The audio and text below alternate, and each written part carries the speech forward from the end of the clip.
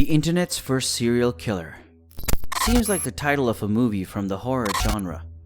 It will probably be a biography of a man who had a hard time as a kid and developed mental issues over the years. Then, as an adult, he developed a liking for murder, and the rest will likely be history. Oh, have I already summarized an amazing movie?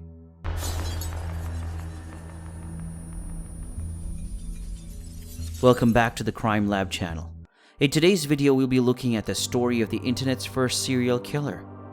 The person we will discuss is John Edward Robinson Sr., otherwise known as the Slave Killer, or the Internet Slave Killer. Born on December 27, 1943, John was the third of 5 children, born to an alcoholic father and a disciplinarian mother in Cicero, Illinois.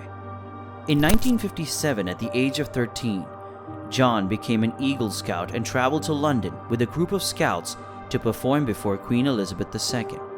At the same age, he enrolled at Quigley's Preparatory Seminary in Chicago, a private boys' school for aspiring priests, but dropped out after 1 year owing to disciplinary issues and bad grades. Then again in 1961, John enrolled at Morton Junior College in Cicero with plans to become a medical radiographer, but dropped out after 2 years. Though he only spent 2 years there and didn't finish his training, he was still able to get a job as an X-ray technician at a children's hospital in Kansas City, Missouri by forging credentials. In 1964, at 21, he married Nancy Jo Lynch, who gave birth to their first child, John Jr., the following year, followed by daughter Kimberly in 1967 and twins Christopher and Christine in 1971. John seemed to have a good life and a great family, but no one knew the darkness brewing underneath. In 1966, after being fired from his job due to his incompetence, John got a similar job at the medical practice of Dr. Wallace Graham. He was a very good people person. In this new job, he embezzled about $33,000 and had sexual affairs with staff and patients. In 1969, after being caught, he was sentenced to 3 years probation, which he violated within only a year by returning to Chicago without his probation officer's permission. In Chicago, he gained a job as an insurance salesman at the R.B. Jones Company, and by 1971 he was arrested for embezzling funds and was ordered back to Kansas City, where his probation was extended. In 1975, John's probation was extended again after an arrest on charges of securities fraud and mail fraud in connection with a fake medical consulting company he had formed. In 1977, John was named to the board of directors of a local charitable organization, where he forged letters from its executive director to the Kansas City mayor, and from the mayor to civic leaders, naming him as the organization's Man of the Year. Under that pretext, he hosted an awards luncheon in his honor.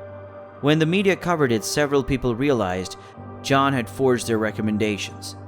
The press spent 2 weeks exposing him as a fraud, though only his wife and children seemed to suffer. After completing his probation in 1979, John was arrested for embezzlement and check forgery, for which he served 60 days in jail in 1982. After his release, he formed a bogus hydroponics business and stole $25,000 from a friend to whom he promised a fast investment return so the friend could pay for his dying wife's health care. John is suspected of committing his first murder in 1984 when he established 2 fake shell companies, Equi Plus and Equi 2, and hired Paula Godfrey, age 19, to work as a sales representative. Paula told friends and family that John was sending her away for training. After hearing nothing further from her for a while, Paula's parents filed a missing persons report with the police. John was questioned, and he denied any knowledge of her whereabouts. Several days later, her parents received a typewritten letter with Paula's signature at the bottom, thanking John for his help and asserting that she was okay and didn't want to see her family. The investigation was terminated as Paula was of legal age and there was no evidence of wrongdoing. Paula has not been found after that. In 1985, using the name John Osborne, John met Lisa Stacy and her 4-month-old daughter Tiffany at a women's shelter in Kansas City. He promised Lisa a job in Chicago, an apartment, and daycare for her daughter, and asked her to sign several sheets of blank stationery. John's brother, Don Robinson, and his wife, Helen, had unsuccessfully been trying to conceive and formally adopt a child.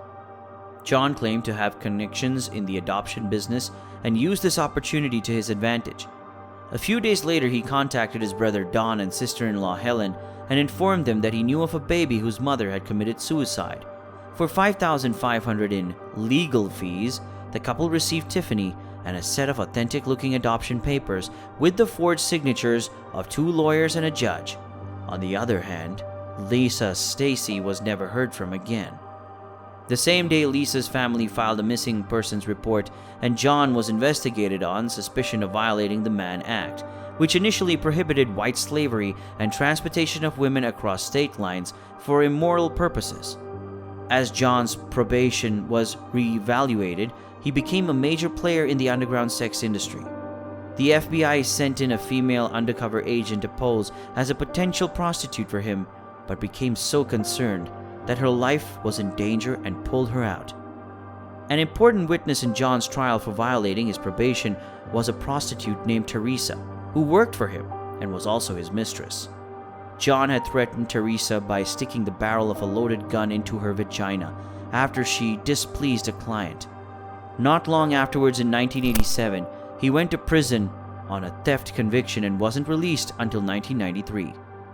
At Western Missouri Correctional Facility, he met 49-year-old Beverly Bonner, the prison librarian who, upon his release, left her husband, a prison doctor, and moved to Kansas to work for him. Afterward, John arranged for Beverly's alimony checks to be forwarded to a Kansas post office box, which he kept cashing out. Her family never heard from her again. After his release, John discovered the internet, which gave him access to all kinds of BDSM-related chat rooms and contact pages. Using the nickname Slavemaster, he used the technology to gain access to many of his victims, leading him to be the first serial killer to use the internet for hunting his victims. In 1994, he contacted a woman named Sheila Faith, whose daughter, Debbie, used a wheelchair on a social networking site. John promised to give her work and provide medical care for her daughter, convincing her to move to Kansas City, where he killed both mother and daughter and began cashing Sheila's pension checks. In 1997, John met Polish immigrant Izabela Lewicka at a BDSM contact site, who dropped out of community college and moved in with him. She then agreed to become a submissive for him and to become an intern at a non-existent publishing business he told her he ran.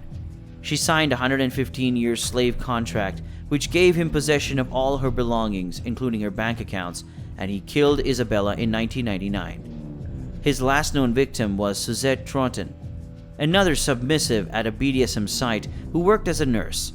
He convinced her to work for him as a caregiver for his elderly father. She agreed and moved to Kansas and soon disappeared. To cover it up, John sent her mother several typewritten letters, all of which were written with much better spelling than Suzette and were postmarked in Kansas. Over time, John became careless, and by 1999, he had attracted the attention of authorities in Kansas and Missouri, as his name frequently came up in missing person investigations. He was arrested in June 2000 after a woman filed a sexual battery complaint against him, and another charged him with stealing her sex toys. The theft charge finally gave investigators the probe because they needed to obtain search warrants. They found the decaying bodies of 2 women, later identified as Isabella and Suzette, in 2 85-pound chemical drums. Across the state line in Missouri, investigators searched a storage facility where John rented 2 garages and found 3 similar chemical drums containing corpses, later identified as Beverly, Sheila, and Debbie.